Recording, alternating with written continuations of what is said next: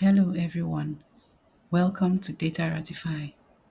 Today, I will show you how to extract data for specific periods from a large dataset in Excel, which is especially helpful for data analysts working with time series data.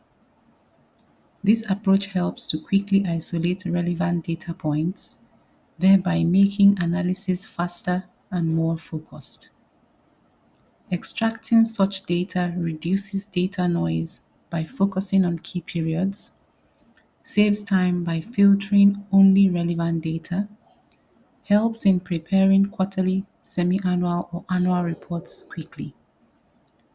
Using this function streamlines the extraction of quarterly data for reporting and reduces errors by automating data selection based on data criteria. This formula-based approach is easy to customize for different periods, such as monthly, quarterly, or yearly data. This can be used for various analysis types, including quarterly financial reporting, seasonal trend analysis, customer behavior tracking, and project milestone reviews. For example, data analysts might want to focus on quarterly reports, March, June, September, and December, representing the 4 quarters of the year, to evaluate trends, performance, or seasonality. It could also be as a result of the nature of the variables, being stock or flow, that is, depending on whether the data that one is handling is measured at a specific period in time or over a period. Let me show a quick hands-on example of how to filter data by specific months. Here is a hypothetical data, monthly data, covering a 2-year period from January to December, January 2022 to December 2023. First, let us ensure that Excel recognizes the data in the date column, that is column A here, as dates. To ensure this, let us convert this date column here into dates using the date value function.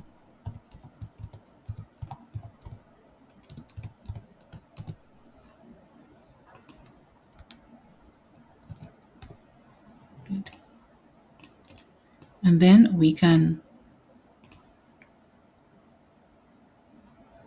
then come to the home tab under number and select the long date. Okay. Now Excel recognizes this as dates. We can also rewrite the value here. Okay.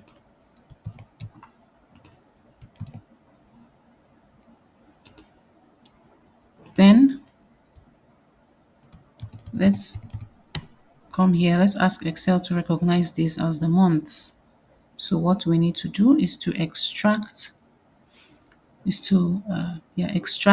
the month from the dates. Okay, so we're going to use the equal to month function and call on the dates. See, so everywhere everywhere we have January, it recognizes it as month 1, April month 4, August month 8, December month 12 across the entire range of data. And then we call the filter function.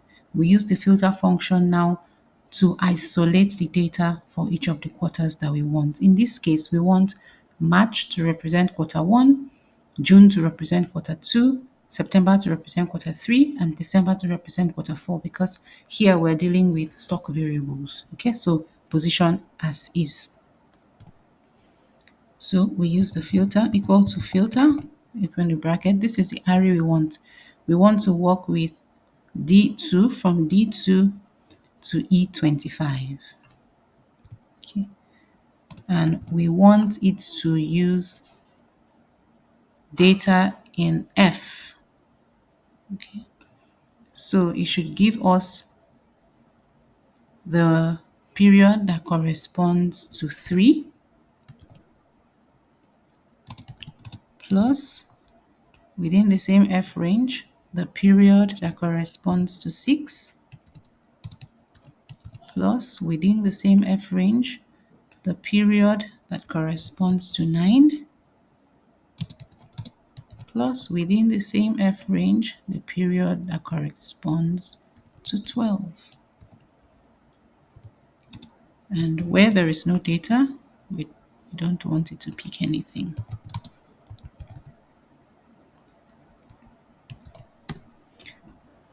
There you go. This technique simplifies working with large data sets by keeping only the data points we need, and it is easily adaptable for any month or quarter based analysis. So, a recap.